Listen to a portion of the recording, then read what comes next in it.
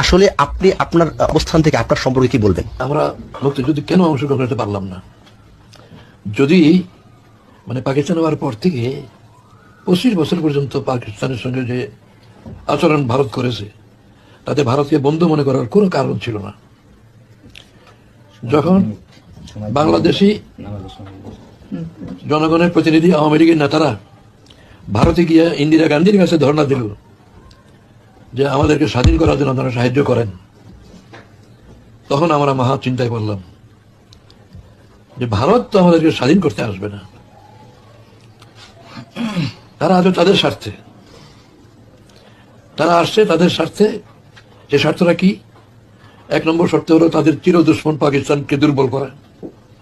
যদি পাকিস্তান থেকে ইস্ট পাকিস্তানকে আলাদা করতে পারে, তাহলে পাকিস্তান দুর্বল হলো।